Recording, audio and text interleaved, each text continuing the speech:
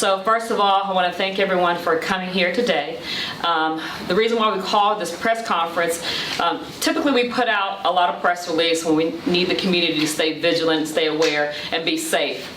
We've come to a point now, we're going to need the community's awareness, but we also need the community to be even more vigilant based off some robberies and some shootings that have occurred in our community. We're going to get into a little bit more details about those situations, but I'm here to introduce Major Federico, and he's going to share with you what the team, which is the police department, has been working for the past, specifically diligently last week, but in the totality, he's going to share a lot of information for you. So thank you again, Major Federico. Major, can you spell your first and last name? I can. Thank you, Chief. Good morning. It's Robert, R-O-B-E-R-T, Spaterico, S-P-A-T-O-R-I-C-O.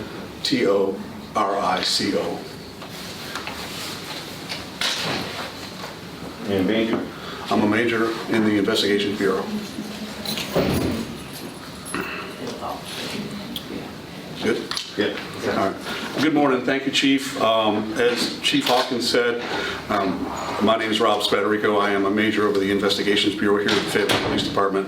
And we wanted to take a few minutes today to let you know about some progress on investigations that we are currently conducting, and the fact that we've tied some things together. We want to make sure the public's aware of it. So we take multiple calls for service, and we have multiple investigations going on at any given time here in the department. We utilize a lot of different investigative techniques through the use of what's known as NIBIN, our National Integrated Ballistic Information Network, which essentially helps us process evidence from crime scenes. We've been able to identify several crime scenes that were investigated initially, individually, are now appear to be related because we've got shell casings that have shown related to different scenes coming together. So we're calling it a trend right now, and we're looking to make sure the public is aware of what's going on based on these incidents, based on the investigation. We've made several arrests. As the investigations progress, we have several other individuals we're looking at. I'm not in a position right now to divulge who we've arrested because of the nature of what's going on, but I want the public to rest assured that we're working feverishly to bring an end to all these investigations and bring the folks to justice that are committing these crimes. But we really, really want to stress, make sure the folks in our community and our surrounding communities are aware of what's going on so they can maintain their vigilance. We've noticed the trend here where we've had folks robbed and shot. We've had four individuals injured as a result of gunshot wounds. None of them are fatal. All of our victims right now are going to survive and be fine. But we want to make sure everyone's aware of what's going on. We've seen a trend occurring in apartment complexes, as well as recently as last night we had an incident where a pizza delivery driver was robbed. So what we're asking is the public be vigilant and have a heightened sense of safety and awareness as they conduct their daily business, particularly in your apartment complexes. When you come home from work, you come home from the store, or whatever you may be doing, don't just drive up to your apartment, hop out of the car, and go in. We're asking you to, as you go in, maybe take a loop around the apartment complex or a loop around the area, kind of see what's going on, if there's anybody standing in the shadows. If you park, wherever you park, try to make sure you're in a well-lit place. If you know your apartment complex has surveillance cameras, park somewhere where you know your activities are going to be captured on surveillance cameras. Do things to help you be safe and help prevent you from being a victim. As well with our delivery drivers. Last night's incident was a pizza delivery driver who was robbed while trying to make a delivery. What we want to make sure is our delivery drivers are aware of what's going on and have a heightened sense of security and safety awareness about what's going on around them. If it doesn't feel right, don't do it. If you have any concerns, questions, if you get that sinking feeling that something's not right, it's not worth it, go ahead and move on and maybe recontact the customer or do whatever and until you're comfortable with it. But we want you to be very aware of what's going on. And for anyone out there, if you see something, say something. It may sound cliche, but we're asking, if you see anything suspicious, if you think there's something going on, don't hesitate to call 911. We get 911 calls all day long, and we're happy to take the information and investigate it, because you never know. Something simple you call in, you may think is insignificant at the time, may be a huge break for us. So please help us on that. As a result of several of these incidents, we've had, in addition to the individual being shot, we've had some vehicles stolen.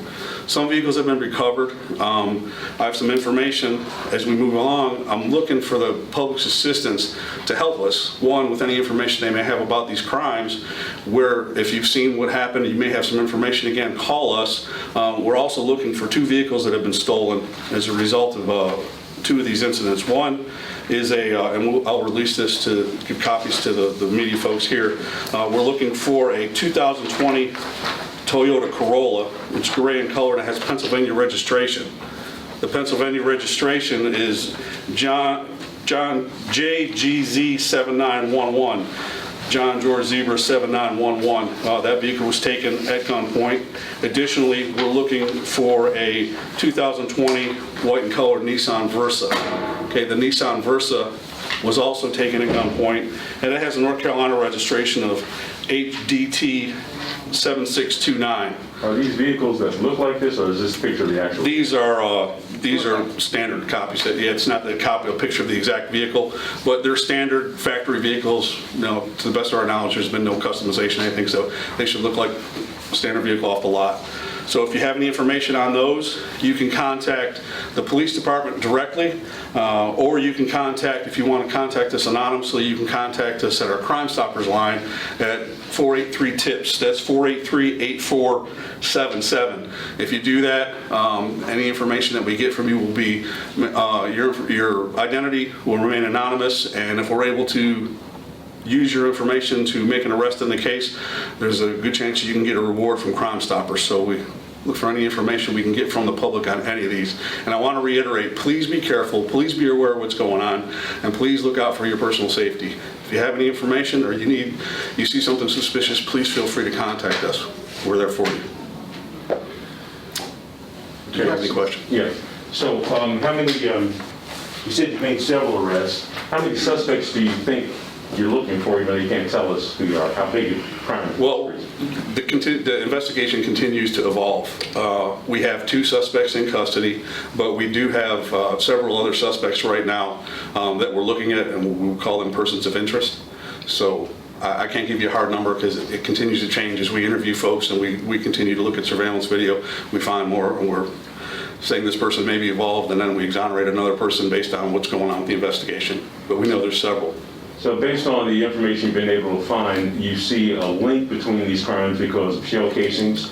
I've also heard that in one case, the victim did everything they were supposed to do in terms of giving up the keys when they're being robbed, but that person was still shot. Is that a factor in this that's linking these crimes at all? The people are doing what they're supposed to do, but they're still violently assaulted. Yes, sir, that'll help us. That's another thing to solidify, linking the cases together when that MO is very similar, as we're seeing, where not only are they being robbed, but they are being compliant, but yet they're still being shot, yes. And that is happening? That is happening, yes. Did that happen to the pizza guy? And was he shot? He was not hit with the round, and at the point he was basically rushed, and he didn't have a chance to be compliant or not compliant. But he was shot at? Correct. So 4 people were shot, 2 vehicles were stolen. You think they're all random crimes as far as like the suspects didn't know those victims and also related? I just want to make sure that I have that right. Right. Well, another vehicle was stolen and has been recovered. So we've had 3 vehicles stolen, 1 recovered. We're still looking for the 2 that I gave the information on. And we do believe that these victims are all random. But the consistency that we've seen throughout it is the apartment complexes as well as now the delivery driver. City of Fayetteville's pretty good size. Is there any one place that this is happening, or is it happening anywhere? Right now, a lot of the crimes have been concentrated on the western side of the city, the Riley Road, Cliffdale Road corridors. We did have one of them that happened on the other side of town on North Ramsey Street. And of these crimes, is there any video that you can share or pictures of anything, excuse me, that you can share? We do not have any right now. We just shared the vehicle, we just shared the vehicle, the pictures of the vehicles. More importantly, while we're here, although it's happened in an apartment complex, it is happening in one area, now it's expanded. We want the community to, one, stay vigilant. That's the most important thing. Be aware of everything around you, no matter where you go. If it's the grocery store, if you're coming home at night, because we can say this is a location trend, but we don't want the community to be complacent and say, I don't live in an apartment complex, I don't have to worry about it. Be vigilant right now. We are working feverishly, like you said, to capture all the suspects, and as well as, it's not just located, we're not limiting our investigation to the city, so we're gonna need, if you live in another jurisdiction surrounding us, let us know information. If you hear anything, that's really more importantly. Stay vigilant, call Crime Stoppers. We have a reward definitely available if you make an arrest, so more importantly, that's the ultimate goal. Look for these two other vehicles. The other thing, it is very helpful when you've called us, when you've heard gunshots going off. We have been able to also gather evidence from just shootings in an area. So when we arrive at a location, we will definitely collect that evidence, and if it connects, we'll be able to connect that as well. So that's about the summary of it, and if you have any further questions, please give the tip to the number on 483-TIPS or call us directly. So, last question. The other night we had a Fayetteville police officer responding to shots fired. Yeah. His car was hit. Is that being grouped into this? That has not been grouped to this at this time, but we're not limited to it. We're still running everything. It is not associated with it, but any type of shooting, we're going to investigate that as well. So just continue to call us, okay? We appreciate you coming out. We know this is last minute. We know this is a busy day, but this is very important for us to make sure the community is aware and they're vigilant about their surroundings, okay? All right, thank you very much. Thank you.